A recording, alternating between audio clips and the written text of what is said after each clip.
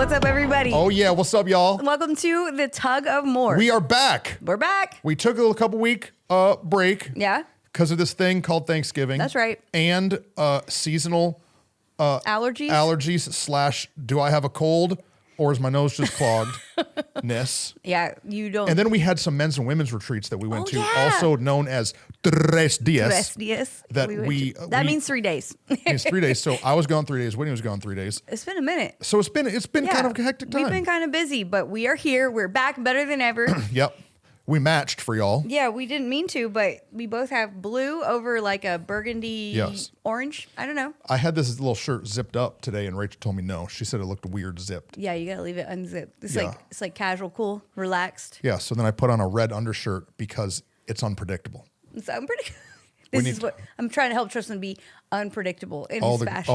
All the women on our staff are telling me to be less predictable in my, because see, I put on blue shoes because my matches my blue shirt, which is predictable. But then I like red shirt. Oh, whoa, crazy! Tricked y'all. Why is it red? It's unpredictable. Not red. It's like rust. Oh, it's rust. Oh, well, I thought it was red. But it's like red rust. Like it's rust. It's but like it would have been black or white. Yeah, correct. And so, whoa, crazy and wild. Whitney's wearing Next, I'm going to get taxis on your shirt. Whitney's got her, who's the lady that drove the school bus? Mm-hmm. Miss Frizzle. Whitney's got her Miss Frizzle sweater on. If you're only listening to the Tug of More, you're missing out on a big portion of the visuals. We also have our Christmas. Look at our Christmas holiday season red set up behind shoes. us. Somehow, I still don't have red shoes, which is kind of crazy. Loser. But I know. I mean, the Christmas decor. All that really happened is I said, Julie, if you don't get rid of that bad picture of me, someone is going down. So she put up a, and as she inserts the photo of me out of my control. Yeah, I love it. Oh, that's funny. So yeah, so we're here today. Oh, so if you're new to Tugmore, just a conversation between two friends. That's right.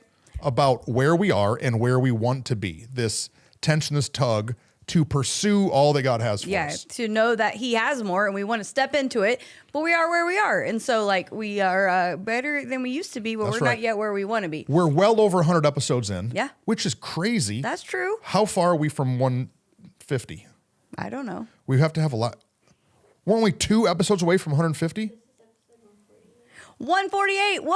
Well, then we can't. We were going to do a 150 live recording. We were? Yeah, it was what we talked about. But I don't think we can. How about 175? 175, here we come. Or 155. We'll do a mid-January watch party. We got to get through Christmas because Christmas is one of our most busy. It is our most busy time of the year. Yeah.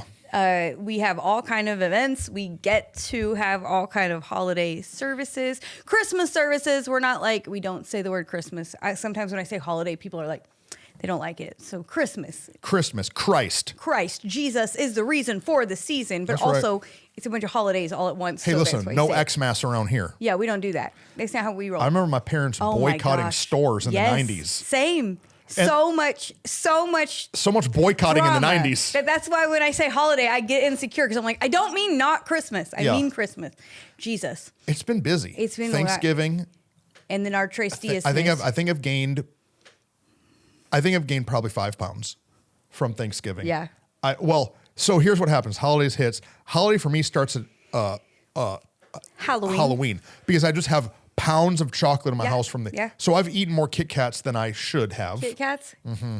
Kit Kats, Twix bars. Mine are the Three Musketeers and Snickers. Ooh, but do you know what I'm thankful for? What? Is that nobody passes out Butterfingers. That would get you? Have you had the Butterfinger Bro, blast? I will. No, I don't. I can't go. I will eat some Butterfinger. Is that what you put in your Better not Andes? lay a finger on my Butterfinger. Is that what you put in your Andes? Sometimes. Yeah. We got to be careful. I'll be driving. I'll be going on the drive home. You got to call somebody if you do. So, and then I got sick, and then I've been out of town. So I haven't been to the gym in like 3 weeks. And I feel like, dude, pull your junk together, bro. No, it's a difficult time of year to stay on track because you think.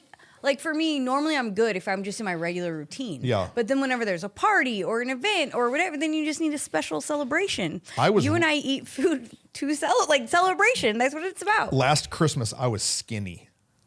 Yeah. That's when I got down to my thinnest. It was before I started weightlifting heavy. Oh, okay. And so I was down to like 225, which is for me the thinnest I've been in a long time.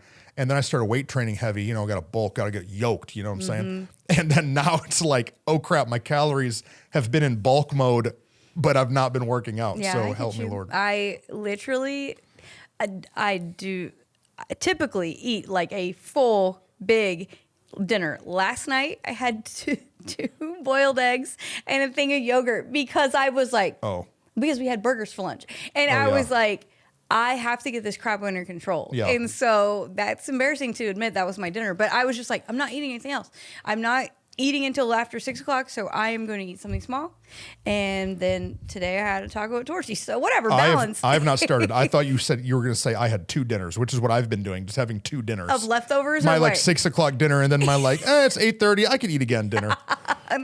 No, I was until yesterday because I went to my doctor that morning and got on the scale and was like, nope, that's not good. Yeah. And so for 5'2", 5 pounds versus 5'11", 5 pounds, this is different. It's different. It takes us longer to get rid of it. Yeah, it's a little different. Most of it's probably salt and water retention. Yes, that's what I tell Rachel myself. And I always say. It's new bone salt. density. It's just salt, right? All right, Christmas is coming. We've got all of our building decorated. Hey, okay. Let's tell that. Do you remember? Let's tell that story. What year was this? 2018? 2016.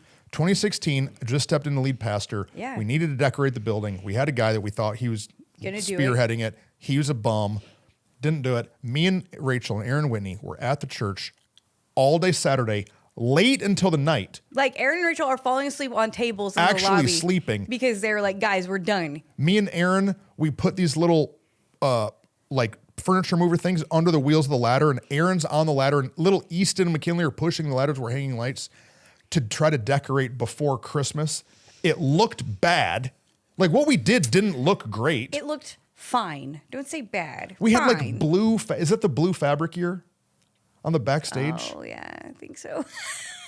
Anyways, it was the most stressful, beat down, exhausting. And we did it 100% by ourselves. Yeah. To whereas this year we decked the halls. It was a party. We were done before we even had like the scheduled time. So many people showed up. So many people came. 80% hanging out, 20% Yeah, I was work. going to say, and you and I, 100% hanging out. No, but it was so... in a great way. Like, it was so much fun. Thank you if you're one of the people who came in and decorated. We had a ton of fun. We did it earlier in the day, later in the evening, and the church looks beautiful. It looks beautiful. And it feels Christmassy, but not like overkill. No, right. We're not absurd. So if you're on the Tug team and live in the Dallas area, come visit us. If you haven't been on a Sunday, come and check the building out. Come and celebrate Christmas with us. I love it. That's coming. We've got all the Christmas things in the way. Jingle Jams in a couple weeks. Yep. Which is like our kids take over. That's over. like our family service where the kids take over. It's very fun. Then the following week, we have Christmas with More, which is our like big Christmas service when we do cookie decorating and Santa photos and photo booths and all the things. Do you think we do the outdoor Christmas trees this year? Do we do the outdoor Christmas trees and do we do the green truck, or do we stop both of those? I have been told that the green truck has been X-nayed this year. This is what I've been told. Yeah, it's just kind of done. Yeah, well, just like played out, or at least we better take a break from it. We can't do it again this year. I mean, that means it's time for me to go ahead and drop a diesel in it. I knew you were going to say something like that. Work that into the budget. Yeah, we have, but we will. We're doing some other great things. That's the fun part about our team. They always come up with something new and creative, and so they've got new things planned. And I think they're all indoor, not outdoor. Then we have the Christmas parade. Arlington Christmas Parade, Parade of Lights. We have how many people? 200 something? 231. 231 people registered to be in the Christmas parade. So Arlington, get ready. That's right. Because More Church is having its own parade within your parade. A parade within a parade. And if you didn't sign up, it's too late to be in the parade. But we're doing a whole new thing. City of Arlington has asked us to run their entire kids hangout party zone beforehand. We got bounce houses, face painting, all kind of stuff. Because they do stuff downtown by Levitt Field like all day long, right? Yeah. Is Levitt Pavilion? Yeah, Levitt Pavilion, whatever. And so we still would love for you to sign up and be a part of that. And then be in the parade and like yell what's up at us when we walk by. Yeah, cheer for us and all the things. I had an idea. What? You know those little mini motorcycles me and Aaron took to youth camp? Shouldn't we put those in the parade? 100%. Why haven't you thought about bringing me and Aaron don't have to ride them. Yes, you should. We should. Should we dress up like Santa Claus and ride mini motorcycles? That would be so fun. I'm so excited now. Yes. Who else are you going to have ride them? Anybody. Yeah, shouldn't I like walk and be like Why? Pleasant. Is that who you are? Pleasant church pastor? No, I'm Santa dressed doing wheelies. I'm going to rip the sleeves off my Santa costume. I'm like, why would you be not who you are? Be yourself. So anyways, Christmas parade, thrilled. I love that. It's fun. It's super funny. Thrilled about that. Okay, then what else? And then we have Christmas Eve. We're doing your Christmas Eve service. Yeah, that's all the emo. Which is the Silent Night. I don't know why, but Tristan has a little bit of a prejudice against Christmas Eve. you just think it's like here's what I envision people want of me. They want me in a red velvet jacket, sitting in a big chair, telling the Christmas story, smoking a cigar, smoking a pipe, smoking a pipe, telling the Christmas story to children in pajamas. Santa, pastor, father, Tristan. Yeah, and I'm like, can I not do that? Can I? Well, you're not gonna, right? This year. Well, yeah, but last year y'all had me in a big old sweater. Yeah, big old sweater. I'm up there in a big sweater, talking like that's how I talk. And at Christmas, Jesus, he's the reason for the season. This is how I talk. You're like, I already got a girl on my staff. I don't need to be one. Yeah, exactly. I'm like, can't I just proclaim the good news of the gospel of Jesus Christ? What am I telling the story for? And Jesus up in heaven be like, seriously? Yeah, I came to save you. It's my birthday. But we do it, and it's wonderful. Actually, our people love it. I'm just giving you a hard time. Last year, I preached, and Whitney read the Christmas story. I think we're going to flip-flop it this year. We're going to flip-flop it this year? That's what you said. Yeah, I'm doing the light work. She's going to do the heavy lifting. You'll do the heavy lifting all the other days of the year, so that's fine. What else? Have you done any Christmas shopping? Yeah, a lot, actually. I tried to do as much. You know, I was in retail for a long time, so I used to be anti-online because I know if you don't go to the store doesn't get credit. I didn't go to the stores. I did everything online. Okay. Because it's so much easier. Okay. What'd you get? We can't say it because your family I can't tell you, but I got... Rachel wants something for Christmas that I don't know how to get. What is it? Oh, you can't say it out loud. No. Maybe the tug team can help you get it. We went to a restaurant with Aaron and Rachel. Uh-huh. And Rachel liked the plates that this restaurant had. Oh. But how do I can help you find them. How do I get the plates that this restaurant uses? Well, you got to show me what they look like. I can help you find them. Because I found cups. Remember that restaurant in Mexico that we go to and they have the cups? Aaron freaked out about the cups? Oh, maybe. They have bubbles on the sides. I found them and I got some. And they have them in red and in blue. I have for both. Aaron? Just for our house. For your house. Yes, because we love them so much. I found them. So we can find them. You know what Aaron wants? He wants some of that Cabo coffee. He does. That dude about lost his mind. He loved that coffee. So good. I found a hack to save myself some money for Christmas. What? Titus loves Legos. And did you know that Legos are the most expensive? They're so expensive. Building material? Yes. The inflation has quadrupled. Like, it's stupid how much Legos are. Right. Well, this dude is smart now. And so I can't just build him. I can't buy him the like $20 set. Right. You got to buy. He wants the like jumbo $300. Right. 2,000 piece sets. Right. And those things are $200. Yeah. So here's what I've been doing. And it's a little embarrassing, but it's also a good tip. I've been buying the Legos used, already put together on Facebook Marketplace. That's amazing. That's not bad. And then after he goes to bed, I take the Lego and I take it apart backwards, and I put the pieces in the bag. Because like, you know, in Legos, it has like 10 bags. Yeah. So you open bag number 7. Yeah. And so I put them in bags and I label them. And then he opens them and he's like, Daddy, why are all the Legos in Ziploc? And I'm like, that's just the new way Lego's doing it. Because these Lego adult nerds still keep the boxes and everything. Of course. And so I've been giving Titus slightly used I love it. Legos, but bro, it's saving me. Oh, yeah. I just got him a set that's, he doesn't watch this, that's the big Iron Man Hulkbuster thing. Ooh. It's huge. New, you're not going to believe how much this Lego set costs new. $480. Some lady in Arlington bought this for $480, put it together, put it on her shelf for a year, and then she sold it to me for $85. Nuh-uh. Now it's going to take me hours to take this stupid thing apart because it's like 3,000 pieces. But I'm about to give my son a legit That's amazing. I'm so excited for you. So parents, you can still give your kids cool stuff. Yeah. It's just, you got to figure out the hustle. Well, that's what I learned years ago. Because I'm not buying that new. If you can do it ahead of time, then you can actually get some great stuff. And so that's what I did. I did like Cyber Monday, Black Friday type things that was like, I'm going to get it. Not all of it's done, but a lot of it. Because You got to get a deal. I got a couple things. I went to Harbor Freight. They had a big tool sale, and so I got a couple things for some men in my life. That's good. Yeah. Super fun. Okay. What's happening? Well, okay. So at More Church, we've been in an incredible series. I had no good segue. It's just, let's go. Let's move on. We've been in a great series called Devil versus Default. Devil. Yes. It's so good. It's been deep and impactful and all the questions from all the people. And so this past Sunday, you and I and Pastor Tim did a conversation talking through a thing called what is our role, defining our role, which is in our defaults that we have from our development, our damages, and our, what's the other one? Disadvantages. And it was a great conversation, but so many people have said, you guys opened a gaping wound and then just left us there. Dismissed us. And sent us home. Enrique said, y'all were about to land the plane of the series, and then you went, oh, pull up. No, we're going to keep going. And so we have more conversation left, and we just thought, this is what the whole point of Tug of More is. Let's talk about it. So if you haven't watched it, or if you're a part of the Tug team but don't attend More Church consistently, I'd really encourage you. This is a series that's worth going back and watching. We almost did a series called Above All Else, which we preached years ago and became an anchor for our church about guarding your heart. Yeah.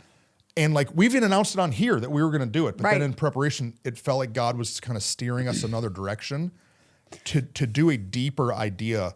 And Devil versus Default is helping dig out the ugliness in your heart before you guard it. Yeah, you can't. You don't want to guard it when there's still a bunch of junk inside of it, because then you're just keeping that junk in, and then it leaves the doorway for more crap to get in. And so defaults are our like common way of thinking, our neurological pathways, how we view the world, how we just handle personalities, stuff. even personalities are how we were raised. Yeah, all of our life experiences turn into our natural defaults, and how the devil uses our default as a doorway to bring destruction. That's right. Dang, I hit that power line. You did good. The devil uses our defaults as a doorway of destruction. And so until we understand our defaults, the devil's going to keep sneaking in. And so really go listen to it. Pastor Whitney did week 2 or week 3? 2. Week 2. And then you did 3 and 4. Yeah. So go and listen to that. But we last week opened up the idea of our role. Yeah. Our role is something that we attach to ourselves early on in life to help us bring harmony to the world around us. Because if our parents are broken in this area, there's craziness somewhere, we want to help create harmony. Yeah. So we, even at a young age, do our best to shift our personality to bring harmony. You either do that through turning up or through turning down. Some kids get really loud and crazy and even rebellious, and others get really quiet and hidden and silent. And or 100 other options. And you pick up this role in order to, you said bring harmony to the world around you and bring peace to like the world in which we live. Because it could be in your home, it could also be in your school, it could also be in like the environment of the friend group or the family group that you were born into. And so like we talked about a lot. You and I have gone on. We can't unpack it all here, or else we won't get to new ideas. Right. And so you and I went on a journey. I mean, you went on it first, really, about 3 or so years ago. And this has been a long conversation and a long journey for us. And as we shared about it, like you said, go listen to it. But as we shared about it, we can say ours real quickly. And then I think talking a little bit more about like, once you've identified it, what do you do? Or how do you identify it? I think that was the biggest question we had from Sunday was, okay, cool, you shared yours, but how did you arrive at getting to this is my role? It made me laugh on Sunday. I almost went on a rabbit trail because Whitney is adamantly my little sister. Like, so fits the role of my little sister. Because I went to this counselor. Oh, yeah. And I come and I'm talking to Whitney, and the next thing I know, she's scheduled a meeting. Well, yeah. And little sister's going to Big Brother's counselor. And so we were able to really, but then Aaron and Rach and Tim and a bunch of people because went through to work it together. It was so helpful. I think the thing is, like, we've talked about it literally for 100 and almost 50 episodes. We believe strongly in Christian counseling, and we've been, you and I, in the last 8 years, have seen probably 4 different Christian counselors. Yeah. And we needed to find in this season the right counselor for the right thing. And I think that's a big piece of it. Like, we had outgrown a little bit the last counselor that we had, and we needed to go in a new and a deeper direction. Well, some counselors are gifted and called and equipped to help you get out of brokenness. Yeah. And then there's some counselors that are able to help you step into more. Right. And they're different. Yeah. It's their calling is different, or their purpose is different. We needed help stepping into more. Something we've said a long time is we want to be emotionally elite. Yeah. That my goal as a husband and a dad and a pastor is to be emotionally elite, because this is an emotional job. Right. Right. It'd be like if I was in the NBA, which I could never do, I would have to be physically elite. Right. I would have to. LeBron is physically elite. He's an elite athlete. In order to hold on to the physical aspect of the job. Right. Which is the reason why for us emotionally elite is a big deal. Because if we don't go 20 feet deep. Right. Then we're unable to lead people into 3 feet deep. Right. Right. And so this series, though deep, has still been, and it feels like what God's taken us through, not the deep end all the way. No, right. Just scratching the surface. You might be in 6 feet going, I can't breathe. And so that's deep to you. Yeah. But I think for us, we have to be emotionally elite to be able to take people into real health. Yeah, yeah. Okay, what did you say? You said gaping wound. What do we do now? What's the journey been? How do I even identify? Yeah, like what was the journey for us to identify it? And I think that helps people come up with how they can identify it. To define your role, that you've got to go watch the 5th week. Yeah. If you haven't watched it, pause this. Yeah. Go watch that and then save your time and then come back and jump in. Or else we're just going to have to reteach everything we said on Sunday. You've got to really examine your childhood to understand your role. Right. Because what happened when we were kids is we tried to bring harmony to kind of protect ourselves in that season. And then when we get a little bit older, we're rewarded for that action. But later the devil can use that to trap us. Yeah. So we talk about ours, you think? So my role is to pick it up. The role I assumed in my life was to pick it up. My dad has a physical disability, and that caused a lot of stress and strain on both my mom and dad and our household. And though we were good Christian people and they took me to church and Sunday school and all the things every week, this tension caused me from a young age to have to pick up things that I might have been a little too young to need to pick up. And then in my 20s, I'm now pursuing ministry, and every time anyone applauds me, it's because I just picked something up. I led well, I preached well, I ran an event well, solved a problem. Yeah. And so all of the affirmation I'm receiving is based in my ability to get it done. Yeah. Then, as an adult man, when I became a lead pastor, I'm still trying to just pick everything up. Pick it up, put it on my back, carry it, take ground, charge. Yeah. You can even go and look at my preaching in the early years of charge. Yeah. We're going to take the hill, right? Right. And it was all on my shoulders. And there's a certain point in life where you grow to a point that you can't just keep doing it through the same systems. And it was breaking down in me that I couldn't just keep picking it up. And that's when I had to realize, and it was in that breaking that I can't pick it up, that I started having an existential crisis of my identity, because my identity couldn't get me to more. Right. And so that's when I had to start doing the work. And it's in that crushing, I identified my role. Yeah. And I think that what you said is so good. It's in the crushing that then you just had to go look at it. Yeah. So often we live with it and we're like, it's fine. It's no big deal. It's great. Yeah. But we get to this point in life where it's like, I have to deal with it. And our heart in sharing it with everyone is that they don't have to get to the point of crushing, that they can identify it ahead of time and be able to deal with it in the right now before it gets to that place. And before I got there, it's not that I'm just so great. I spent a long time blaming other things. My problems are not me and my role. My problems are them. My problems are my disadvantages. My problems are I didn't have a good mentor. My problems are these people in my church aren't faithful. My problems are nobody will see me and give me an opportunity. And so I kept blaming the world for my crushing. And then I realized, no, dude, I'm not letting God be God. I'm still God of my own advancement. Right. And then I had to do some self-seeking, and I found my role. And so even teaching role to the church felt a little like, unless you're a horse at the trough wanting to drink, you're not going to drink it. Yeah. Yeah. No, it's good. And so if you felt like your heart was torn open a little bit and you have all these questions, great. Right. That means that you're at a point that you're ready to really research what your role is. Yeah.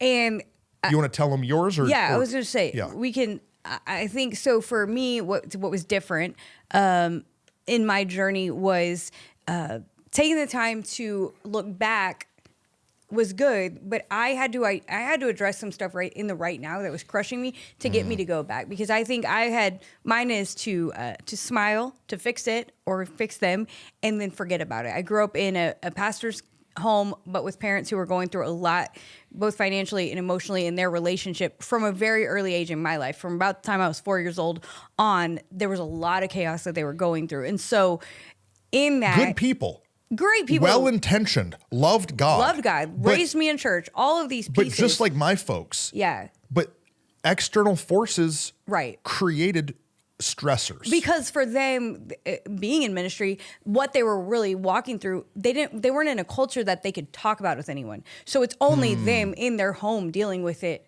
one-on-one, and really not even trusting counselors in that time to even share anywhere. And so everything that they were walking through was like, what do you call it? Behind closed doors. It's like a pressure cooker at home. And so a powder keg of emotional like instability and chaos. And so for me, it was just learning at a young age, I got to just keep smiling no matter what. I'm not going to be another problem to the chaos. I'm going to smile, and then I'm going to do my best to emotionally fix whatever's going on. If I can make my mom happy, if I can make my dad happy in whatever way, I'm going to do everything in my power to emotionally support them. And then I'm going to just basically in it, I don't have time to think about how I feel about it. And I don't have time to, just shove it down, forget about it, don't worry about it, and keep going. So smile, fix them, and then forget about it. Just keep moving on. Because there's always, I said it on Sunday, there was always more work to do. Like there's always more to do in ministry, but also there was always more chaos in life. There was always more things that were happening. And so there was never really a moment.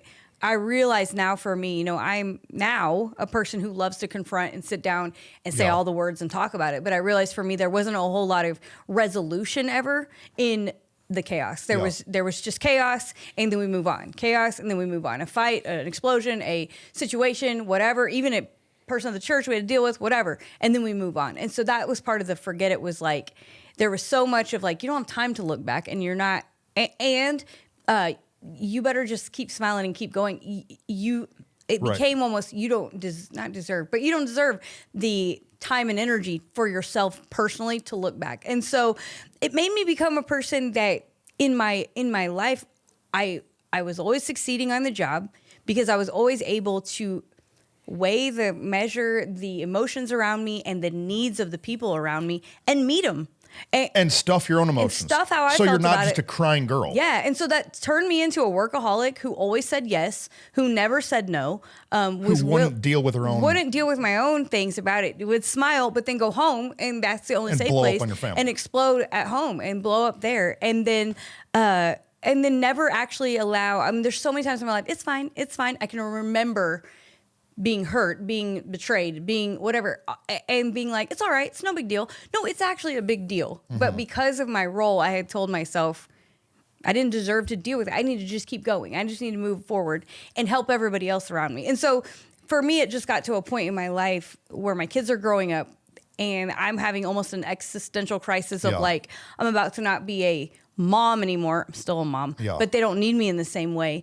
And what is my identity if it's not fixing things, if it's not fixing people, if it's not, and that really helped me then point back and identify, because of Forget It, I had blocked so many memories that it took me a really long time to dig them out again and actually deal with them. Yeah, let's talk about that part. Okay. So people, open wound, how do they start pulling those memories out? Like for me, I was in the middle of a current problem, right? We didn't have a building. We had to get a building. We couldn't build on this land. COVID made it so that people couldn't meet in big groups. People are leaving the church because we're at the Pig. Right. Like, all of these things were out of my control. And so it was triggering stuff in me. This pressure was triggering stuff. And so what I had to do was look backwards to see other trigger moments. And so what I'd suggest is that you like look at your life right now and what's been happening that you're embarrassed of. Yeah. Like, so the land's not, so we can't build for me. And I start having dreams and really angry conversations about like burning people's house down that are like blockading us. Like real rage is coming out of me. And so what I had to do is go back in my mind and think about like, when did I feel like this before? I remember a time me and three of my friends, Ryan, Brian, and Jeff, and me, we went to a Michigan State Fair. And we all drove in my truck and we get there in the parking lot. And there were these kids walking real slow and they wouldn't get out of our way for me to get my parking spot. And I remember getting out of my truck and yelling at these other guys and almost getting into a fight with these guys because they wouldn't just get out of my way. But I just had a big argument at home with my dad. And so I didn't have I didn't win there. Right. Because I couldn't win there. Right.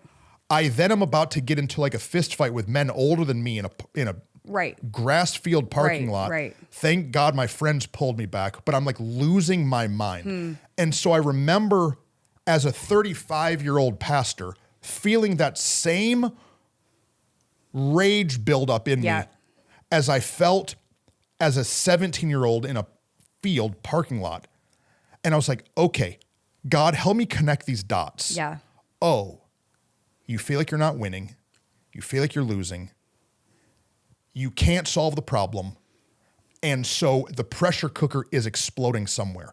It was like, okay, well, let me keep connecting these dots. And then I start remembering moments of me as a child and feeling, well, I can't spell because I'm not a good speller. My teacher makes me feel stupid. Because she makes me feel stupid, I'm mad. And I got in a fight on the playground and kicked off the bus because I was embarrassed that my teacher made me look stupid. So I beat up a kid on the bus. And so I had to like leapfrog backwards in my story to identify where this anger was coming from. And so I had to do that not just with anger, but with insecurity. With all these things. And it all got back to pick it up. Yeah. Be the freaking man. Right. Show no weakness. Be strong. Pick it up. Because if you can't pick it up, you're a loser. Yeah. And until I like reverse engineered, I couldn't get it. And so reverse engineer yourself. Yeah. I think for me, it was identifying those explosions that were happening at home and then realizing, okay, when are the other... Well, one, where is this explosion coming from? Oh, it's coming every time that I am not fully in control and able to fix and solve the environment around me. And then from that, then I was able to unlock some memories of emotionally or physically, whatever, environments where I wasn't able to fix or solve. And I wasn't able to, I think because my parents got divorced about 10 years ago, and that was a triggering moment in a life shifting, altering time for me. And I had gone to counseling. I had dealt with it then. I had forgiven. I had moved on from a lot of those things. But the explosions that were still happening every now and then with me at home, I had to look at and go, okay, those are coming in those moments. Oh, that's why I exploded so bad then, is because I felt like I didn't fix their marriage. I didn't solve what was happening between them.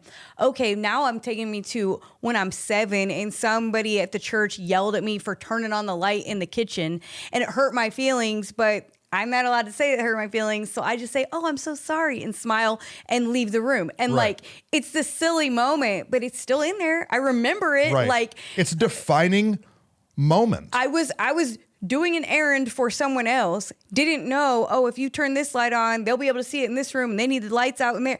It's absurd. But I remember this moment where it was like, you're not allowed to have feelings. You need to smile. You need to solve the problem, turn the light back off and get out of here. And you're not allowed to have a feeling about it. And it was like this, which then opened up all these other memories of in my home, in my family, of times where I was like, I got to keep helping everyone else smile. I got to keep spinning these plates, which then jumped me back to being 30 years old and a friendship I had where I allowed that friendship to steal my peace and steal my time with my family and trying to fix my friends' emotional chaos. And again, it's jumping everywhere. Yeah. It's like spaghetti. And it's exhausting and a lot of work. But once I was able to tie all those together, then I could identify it and go, okay, here's what's happening. Here's why I'm doing it. Which is in the series, I hope you've watched it, is I talk about what self-awareness is getting out of the driver's seat and getting into the back seat of your own life with the Holy Spirit and getting some awareness to look back at why am I acting how I'm acting. And so like in prayer and in counseling and in talk with my wife and my friends, these stories started to come together. I remember my dad came to visit me for lunch when I'm in elementary school. Yeah. I have a good dad. Right. He came to visit me at lunch. So he brings pizza or something, and me and my friends are eating pizza with my dad at lunch. And then after lunch is recess. And so we go for recess, and my dad, I say, Dad, we're going to have a race. So all of us boys line up, and my dad stands at the end, and I'm saying, because I'm fast. Right. Little trust in pre-puberty, these shoulders showing up, I was fast. And so we're going to run, and I'm going to show my dad how fast I am. So my dad stands at the end of the playground, he puts his arms out, like this, and he yells, go! But this one kid, Todd Dale, I still remember, what's up, Todd? I still remember. He cheated, and he took off early. Now I beat Todd in the race all the time. And so we run, and Todd touches my hands first. My dad tells the story. He's told it my whole life because it was a shocking moment for him. Todd touches his hands. Here I come second, touches his hand. My dad turns around, and I have thrown Todd on the ground, and I've full mounted punching him in the face in front of my dad. And I'm telling my counselor the story. And he's like, well, Tristan, why do you think you did that? And I'm like, well, because I really wanted my dad to see me win. Yeah. And I just I start crying. And I realize I have a good dad. He said, I love you. He prayed for me every day. Right. He gave me hugs. It's not that I had a bad dad. It's that I had this need for approval that was outweighing my logic. Right. Right. Don't beat up a kid in front of your dad on the playground. I'm going to get grounded and suspended. Right. You're not even thinking of the consequences. But I'm going nuts because I'm so hungry to look victorious. So why am I losing my junk to my wife when city council won't go my way? Right. Because I so badly want to be victorious. Right. And until I started remembering the stories and allowing the Holy Spirit to connect the dots in my journey, I never would have got to pick it up. Right. And pick it up is what's freed me, is to understand my unhealthy role. Yeah, I'm realizing even right now in the holidays how much peace I have now versus what I used to have, because the holidays were triggering for me. I remember years ago, 4th of July. Yes. Oh, huge. So we were friends or something, and you freaked me, and you and Aaron Witt were doing something or a pool party or something, and you kind of started going a little goofy. Yeah, all the time. I would. Holidays for me were a big deal as a kid, but they were also difficult. The 4th of July was my favorite one because we didn't just do it just my family. We did it with a bunch of people and friends and family. So therefore, it couldn't be chaotic. It had to be peaceful and smiling and happy and fun. And so then the 4th of July became, I guess, very triggering. And I didn't realize it for years because I kept myself busy. We would do this event, every year that we did when we were in Mansfield, Rock and Forth. And that kept us busy. Well, then one year we didn't have it, and we did a few things, and then we didn't. After that, we just were eating burgers and nothing after that. And nothing spectacular. Nothing spectacular. I don't know. And I don't know what happened, but I legitimately like had this panic, right? I mean, I can remember the feeling, even though I don't remember the logic of what my brain was doing. And I'm like literally telling my husband, you don't lead us well because you didn't come up with something else for us to do on 4th of July. It's absurd. And while Aaron has grilled burgers and has a couple people over. And it's absurd. But it was from this moment of like, dang, like I am heartbroken over what I no longer have, but yet I've not let myself feel those feelings because I just shoved it down and pushed it away. And it's caused me to have these explosions. The other was Christmases with my family. Growing up, somebody inevitably called and had their own trauma in the church, and something would happen. Your dad, the pastor. Yeah, and my dad would answer the phone, or something would get interrupted, and there was a he would go help them. Yeah, or there would be a fight or something that wasn't peaceful on Christmas. So then Christmas in my home became this white knuckling. It will be joyful and fun, and I would, and I don't regret some of the things we did. We created traditions. We went to ICE. We went to the Gaylord. We did these fun things. And I don't regret those things. But what I do regret is the feeling and intention behind them. Well, and the panic in you. And the panic. Because the Instagram photo was great. Right. But the storm in Whitney. To make sure it was perfect. You weren't even enjoying yourself. Correct. Okay. So what we're saying is, look at the internal, mine were external explosions. Yeah. When it's talking about an internal explosion, look at the explosion and then point it back to where did that start? Where did it start? Where did it come from? Because when I realized my kids would just do a little normal on Christmas. You're ruining the day. I would be like, it's Christmas. So I'm causing more chaos than they are. Yeah. But my fear of the chaos of the past was what I would allow in this moment to creep in. My fear of the chaos of the past. I was so afraid that it would turn into what it was when I was young, that I would actually be the one ruining the day. I was the self-fulfilling prophecy of my own self, because I'm the one yelling and screaming. And it wasn't until I was able to identify, if I can't fix it, because I would get so confused with myself, because I am a perfectionist, but also not, And so it's like, it's not about being perfect. And I don't really care what people think. It's not that I want them to think I'm perfect. It's that I want the peace to feel perfect. And it took me a long time. I was misdiagnosing some of my own defaults. And I had to be willing to go, oh no, it's not actually that. That's not actually real. I got to pull at that a little bit. Do I actually care? No, you wear crazy outfits that you don't care what people think. It's not necessarily that you care what they think, if you look good or have it. Nope. It's how it comes across. It's the piece. It's the feeling. It's about being misunderstood. And yeah. Because if another part of your role had another sub-sentence, it would be about being misunderstood. Yeah. Because I don't really care what people think, but I always care about how I make them feel. That is a huge piece of, and that's based in who I am. And so if I don't let the holiday feel perfect, then I was losing my junk. Okay. You said a word that is worth a whole sermon. Misdiagnose. So what can happen many times in becoming emotionally elite, in understanding your role and dealing with your defaults, is we misdiagnose too quick. So for Rachel, when Rachel was going through when I was going through all this process, and then she started coming along with me and doing her own soul searching, her initial role that she gave herself was the little sister. And for probably a year, Rachel was kind of stuck on, my defaults are because she has two older brothers, because I was the little sister. And she misdiagnosed what the truth was. But over time, because she kept chewing on it, she realized that her role was to protect herself. Protect me was Rachel's role, because nobody else was protecting her. Everybody else was hurting her. Right.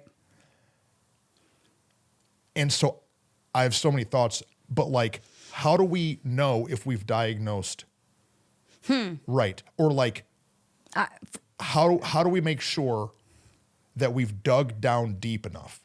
Because I almost stopped my role at insecure. I almost thought I'm just insecure, but that's not what it was. Yeah. It was the insecurity came if I couldn't pick it up. Yeah. And until I dug down another level, it was just little sister. It was just insecurity. It was just a fruit of a root. Right. Because yours could have been, I'm controlling. Right. No. It's not that Whitney's controlling. It's that Whitney, all that she just said, wants it all to be. It's trying to control a peaceful environment, and how I think one of them. So it's like go another level. Go another level. Go another level. Because one of the things you and I and Tim, as we're talking, all three of us, came to these moments when the role like shattered for us. Came to these moments when we recognized our identity was wrapped in it. And so I think you have to ask yourself, is insecurity my full identity? Or is that, I don't know. No, because I oddly always walked with a lot of confidence. Right. So that didn't make sense. So it doesn't. Because you also have a lot of faith. Right. And you're not a control freak because you constantly trust God in big ways. Right. So it didn't all the way make sense, which meant you have to keep on digging. Right. And so like she's just a perfectionist. Oh yeah, in some things, but then my bedroom is a mess and my car is a mess. So I'm obviously not a perfectionist there. Like when I write a message, it's chicken scratch here and these things there. No, not everywhere am I a perfectionist. So it's like, nope, I had to keep going and getting deeper and deeper. And then the why. I think the why is so connected to, okay, I've got there. It's not controlling. It's controlling. What is it? Oh, it's controlling the peace. Oh, I'm going to control the peace. But it wasn't just about controlling the peace. I had to go, well, why? Yeah. And I think also that question is the part we don't like to ask. We don't like to ask why. So why, Rachel, are you the little sister? Why? What does that mean? Keep going into... Because I felt... But yeah, how did you feel about that? I didn't feel valued. I didn't feel seen. I didn't feel accepted. Why do you see this as part of your identity? And that helps you also. I don't know. There's lots of ways. And there's lots of ways to do it right and wrong. And it's different for everyone. Yeah. So our hope is that you can discover that role in you. And it doesn't always mean it's going to be a perfectly packaged sentence. It might start with 4 sloppy sentences of like what your role is. Because if you notice, Whit's role has 3 parts and they're all necessary. Tim's has 2 parts. Mine has 1 part. But mine, I could talk 100 points under it. So like keep boiling. Right. Keep boiling it down. Keep writing memories. Okay. How to find your role. Sometimes you can't do it alone. Yeah. Maybe every time you can't do it alone. I think. Because if I think about it, I didn't find mine alone. Right. You didn't find yours alone. Rach, none of us. No. Aaron didn't find his alone.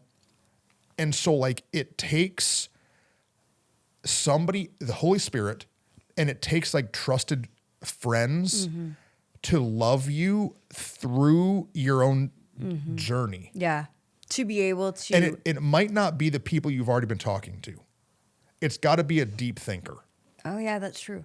It's got to be... It might not be your childhood friend. It might not be who's the best man in your wedding. Well, we say... Because that dude might not actually be trying to step into more. Yeah, you and I say it a lot. Like, we disagree almost every day. Not really. We don't argue every day, but we challenge each other. Different perspective. We have to be... it has to be with someone who's willing to challenge you or disagree with you, because it's easy for, especially when you love someone, to be like, yeah, that's great. Oh, you did a great job. Oh, especially when you know their trauma, you want them to be, but you have to be willing to disagree and say, no, you're not just insecure. No, you know what I mean? And dig at it. And can point at things actively when your role's in charge. Like there's been times, okay, so discovering your role for us has taken 3 years. That's the other part. It's going to take a long time. And like today, right? Today, we're at lunch talking about our next planning for 2025. And we both get into our role conversation and about how God is still unpacking more depth of our own understanding of our role. Right. And so this is not like I'm going to go to coffee one time for 2 hours, and then I'm going to figure it all out. I'm going to close the book, and it's going to be done. No. This is a lifelong of programming.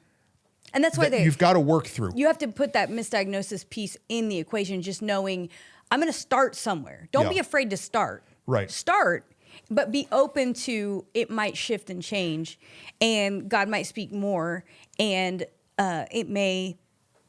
I mean, because at first I just had fix it and forget it. Yeah. That's what I had at first. Yeah. But then I realized, oh, wait. It's not just forgetting it. It's keeping a happy front at all times. And that is what's killing me. And confusing your family. How many times in our life have we until recently, how are you? You tell me what's going on in you. How are you? Fine, great. Right. And everything's great. Whitney and I, for a long time, I was open and crying and transparent about what's going on. But she so badly wanted to fix me that she didn't want to talk about what was going on in her. And until, there was a break, and it was a decision that Easton was making, and we were driving Mary Lou's, and you started crying in my truck, and it was the first time I saw fully meltdown. Little sister can trust big brother from not a traumatic thing, but just a regular life thing. Yeah. And it was when it was a moment that there she is. There she is. There you are, Peter. Oh, yeah. Oh, you have actual feelings about this. Right. That you want to share, but you are afraid to put on someone. And it was a... that was how many years ago, do you think? Over 3. Well, over 3, for sure. It was still Matlock Building. Yeah. Yeah. So, and it was an identifier of also, those feelings have been in there. You just haven't shared them with anybody because you've been scared to let them out or scared to put that weight on somebody else. Yeah, rock the boat. And I think being willing to be around people who will knock it around in you and then have the patience with you to tug on it a little bit is important. To have some people that will see it in real time and talk at it. I remember we had a meeting years ago with a couple other pastors. We were trying to assume another property within the assemblies, and we had already done a bunch of legwork and thought it was going to be a big, good, done deal. And then it ended up kind of getting kiboshed. Yeah. And so me and Whit went to a meeting with these other denominational leaders. And I remember the meeting being super tense. And then we walk out of the meeting, and I was like, what happened in there? And she says, do you really want to know? Right. I was like, yes, I really want to know. And she said, Trustin, you walked into that meeting fists up. And I said, I did? She's like, you walked in. And she was like, I don't even know who that guy was. Right. Because my friend is kind. Right. And gentle. Humble. Aware. Right. But you walked into that meeting fists up. And expecting a fight. And those guys were actually trying to learn from you. Right. And I remember we were in a Starbucks parking lot. And I just sat there and was like, she's right. Now, this is after I'm understanding my role. Yeah. And so I'm like, you're right. And I went into that meeting about to pick it up. Yeah. I'm going to pick this dude up. I'm going to pick this dude up. I'm going to throw him across the room if I need to. I'm going to pick up this campus. I'm about to get it done. Yeah. And what I'm saying is that took a friend. Yeah. Not my wife. Right. Because if Rachel would have said that to me, you got to fight. I'd be like, man, what, you don't even know what you're talking about. What you mean in your life? You go with it. Right. Sometimes it takes a wound from a brother. Yeah. I know she's a chick. Right. But right. It takes a wound from a friend can be trusted. Yeah.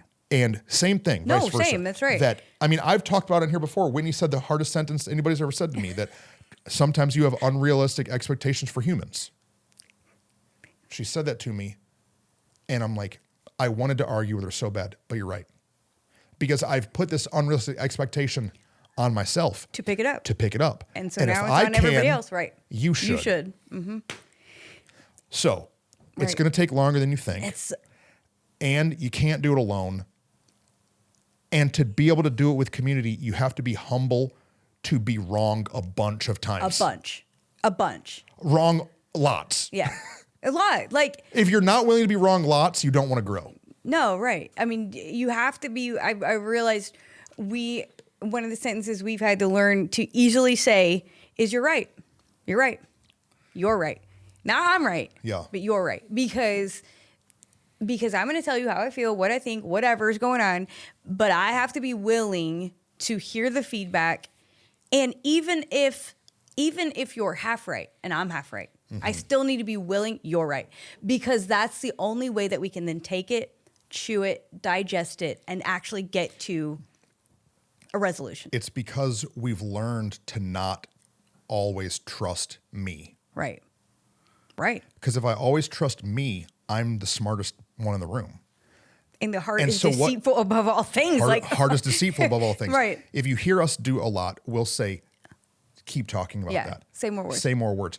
That's the precursor to, I don't really agree, or I don't understand what you're saying, and it's rubbing me a tad wrong. Right. So keep explaining. Keep explaining what you mean. What you mean, because I want to accept your opinion. Yeah. And like, I want to hear your heart fully, and I want to accept what you're trying to say. And I want to be able to chew on it and change. Like, you have to be able to chew on it so that you can change. And the only way to get to that is to keep talking about it, keep digesting it. We're almost out of time for this one. Do you got to go? No. Tim brought up an idea that was so big about how, like, he had made his dad the bad guy in his story, but then he had to really examine that his mom had a part to play in his role formation. For me, I had a very hard time examining any story of my childhood about my parents because my parents are so great. Right. And like, I've labeled them both heroic in my journey because my dad was always there.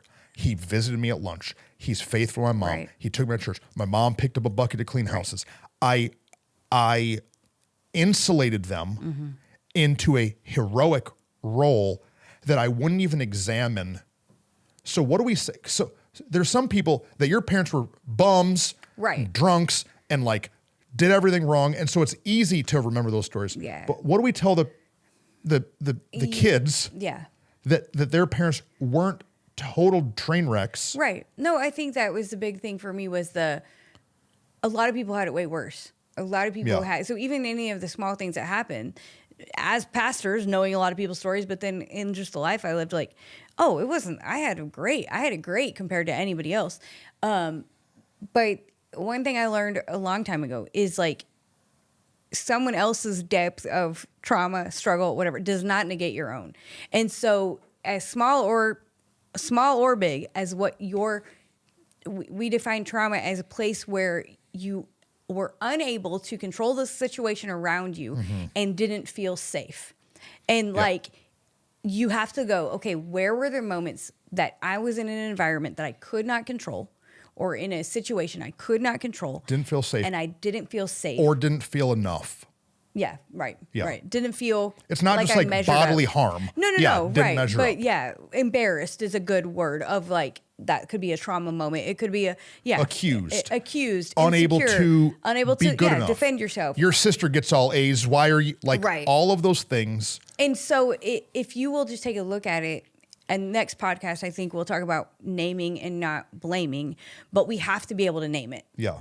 And so whether they were the best or not, you still have to find these moments and name them. I did not feel optimally safe, happy, comforted, cared for in this moment in order to get to the role and find that, because the role is within what you did, who you became to bring self-preservation. And so, right? Yep. We've got a bunch more that we want to talk. Before you click off, if you have a question or had a question throughout the series, ask us. Right. My friend Robin Moody, he asked great questions. All the time. And he asked a question on the Tug of More that literally shifted an entire Sunday sermon of how we did what we were doing. And so, like, if you have a question... Yeah. We want to hear it. We want your perspective. Yeah. Because we only have our lens to look through. Right. And so, like, if you heard something or didn't understand it or want us to elaborate...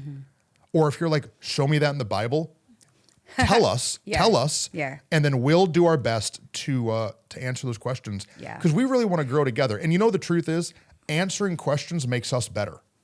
It's true. So I like the challenge. Right. To try to help bring clarity to what I'm teaching. It's really true. I don't want to just be like, trust me. Like, yeah. I know what I'm talking. Here's what the Bible says. No, great. I love that. So good. Send us a message. Instagram us, Facebook us, all the things. If you have any giant Lego sets laying around that you're not using, and you want to sell for less than $85, call me because dang, Christmas is coming. Love y'all. See ya.